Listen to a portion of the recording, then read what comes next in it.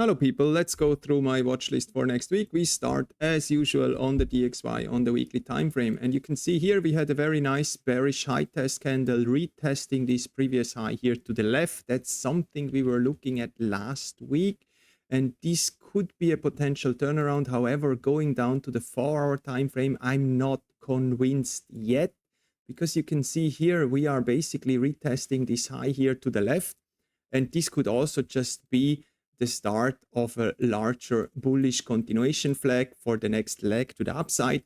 So we need a bit more confirmation, and unless I'm not seeing some lower time frame bearish continuation, I'm not convinced for further or for the bigger sell-off in the dollar. So therefore next week I'm still looking and leaning a bit more towards the dollar to the upside. I'm more leaning to something like that, which then leads me to the euro US dollar. We start here on the 4-hour. We actually can stay here on the 4-hour, because we can see here to the left we are there's still some room to close this gap here to this previous more major value area to the left, and this is kind of a V-shaped recovery we have here, and it just starts to reject price.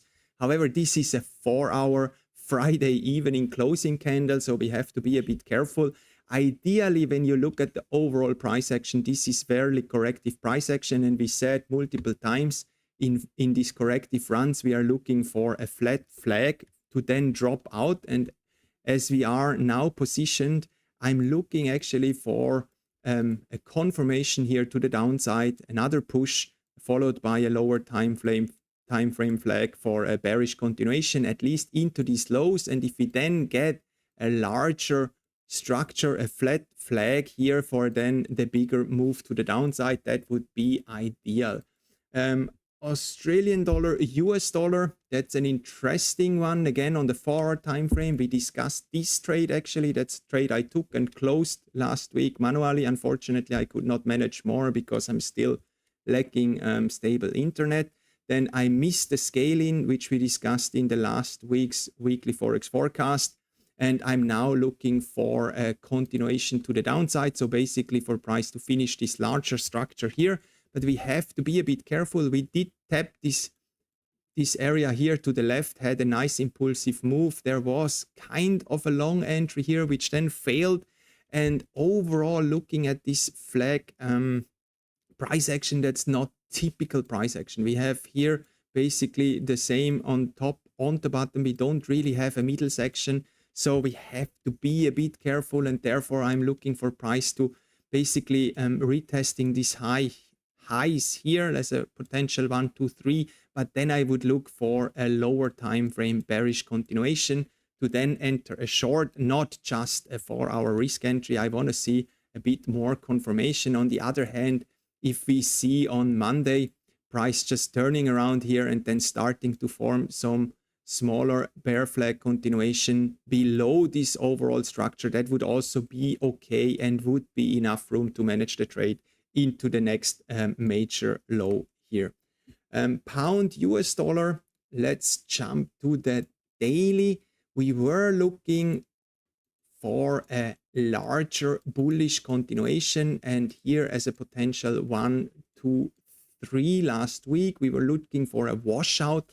Looking at it on the very high time frame, let's go to the weekly. You can see actually we got this bullish washout low test candle, which then could be a sign for the overall idea of this larger bull flag is still kind of in play. However, when we look at the positioning of the DXY, we are a bit in decision area on the 4-hour time frame.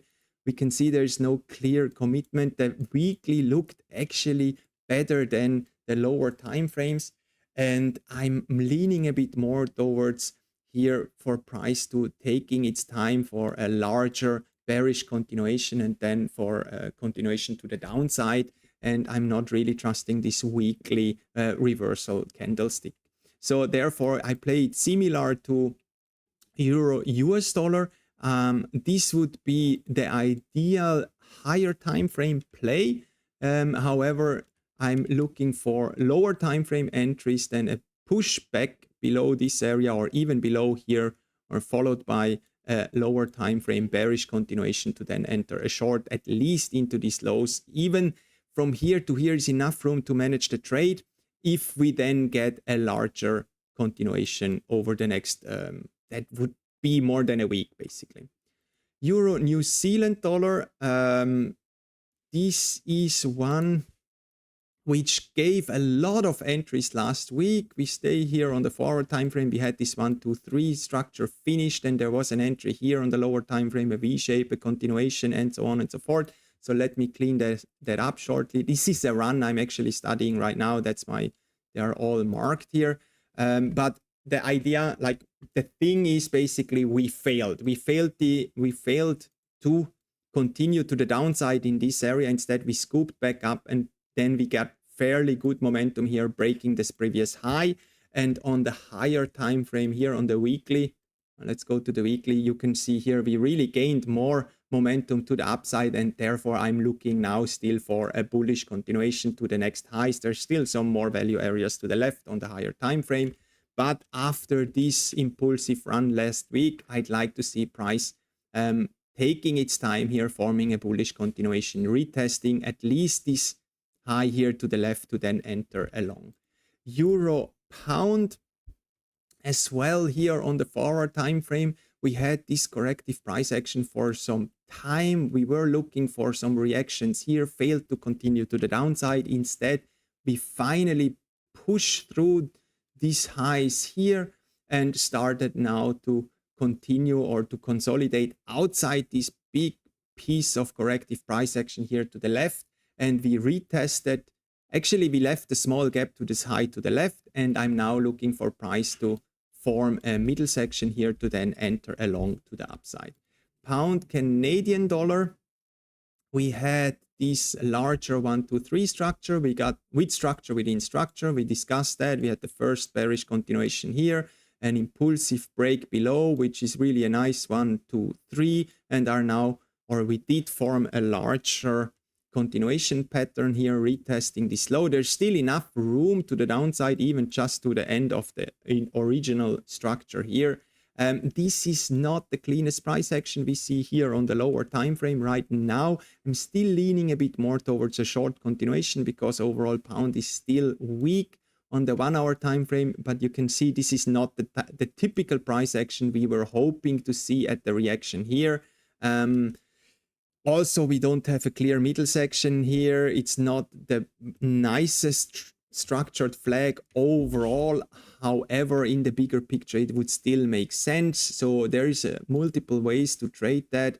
We can either wait for price to come back up, really breaking this high and breaking back in, and then taking a lower time frame bearish continuation in this area. Then we kind of get a double top before we then sell off to the downside, or we see price just breaking below here and forming a lower time frame bearish continuation. I would take this even outside or down here basically as a hover. We see that sometimes that we finish these larger structures fairly impulsively, and then we get a smaller bearish continuation just outside the bigger piece of price action to then enter a continuation. Pound Swiss francs on the daily time frame, we have to be aware it looks again better than it is positioned. There is still, like, let's go to the weekly. We have this major wick here, this washout here to the left, so there is room to further continue to the downside. We had here a bearish low test below this previous major value area. We now had a bullish week, so it's a bit conflicting. We are positioned fairly late in the run, so we have to be overly careful. But you can see here, even on the weekly, this is all fairly corrective price action. And then again, we are looking for these flat flags to drop out.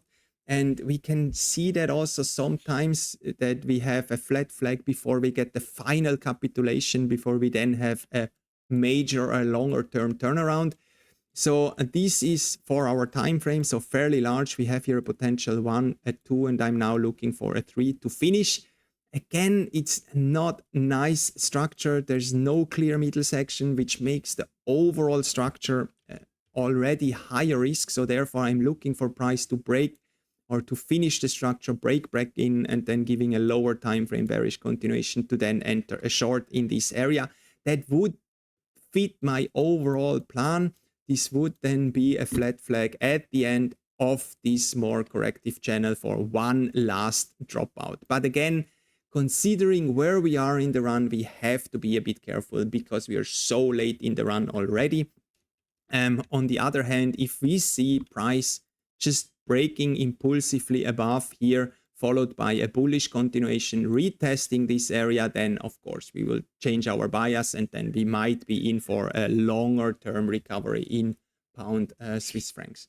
Australian dollar yen, there was another fairly clean 1 hour entry here for a long after this impulsive move, closing the gaps here into this space here to the left for a long continuation. However, then price failed to commit, came back down one more time. So we now have kind of a double bottom. And then this is again corrective price action. You would expect a more impulsive move back in for a long, but does also not look like a short with these wicks here. This is more bullish price action or bullish pressure. And considering where we are positioned, I'm looking for a long continuation here on the 1 hour time frame. There was an argument to say like this could be a bearish continuation, but again you can see it's positioned above the high, so not ideally. Then of course failed to commit, broke back out. This is a very nice impulsive run here with 3 very impulsive bullish candles breaking above the high, and we are now stalling a bit. So I'd like to see for price to take its time on Monday during basically Asia session, and then potentially into London session for a long continuation. Canadian dollar yen, a bit, yeah, the yen pairs are a bit conflicting. Some look more long, some look a bit more short, so it's not a clear picture. Overall, this looks like a nice 1, 2, 3 potential bear flag for the short. However, again, this is corrective price action from the high, so makes this one a bit higher risk from the start.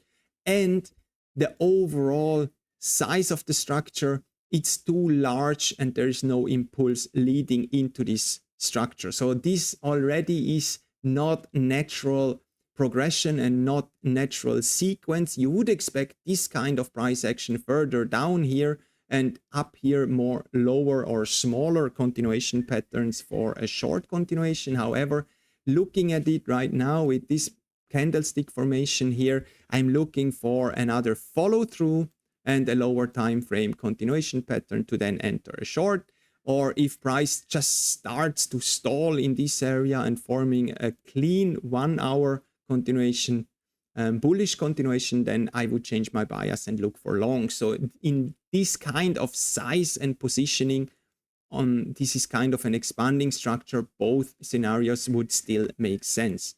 New Zealand dollar yen is a trade I took. We discussed that last week. I had to close it here at around, actually my take profit was at 3, so I got out here and missed out on this whole big impulsive run, but there was no chance for me to actually actively manage the trade, so it's overall okay. Then we pulled back and are now in a bearish continuation to close the gap here to the low. Again, not ideal because overall, just look at it. You can see that this is slightly too small for such a long impulsive run to the downside, and this is not a clear structured flag. If this would be on a Tuesday, I would entertain a short here to then trade this last leg to the downside. Now I need a little bit more confirmation, and I would wait here for price to basically push a little bit further, followed by a lower time frame bearish continuation to then enter a short to close the gap to the value area down here. However, if we see a pushback up or like on Monday and followed by a bullish continuation, I would change my bias because we can manage the trade at least to the next high or even retesting this area here, which we clearly left the gap. So that's my watch list for next week. Thanks for watching. See you next week. Bye-bye.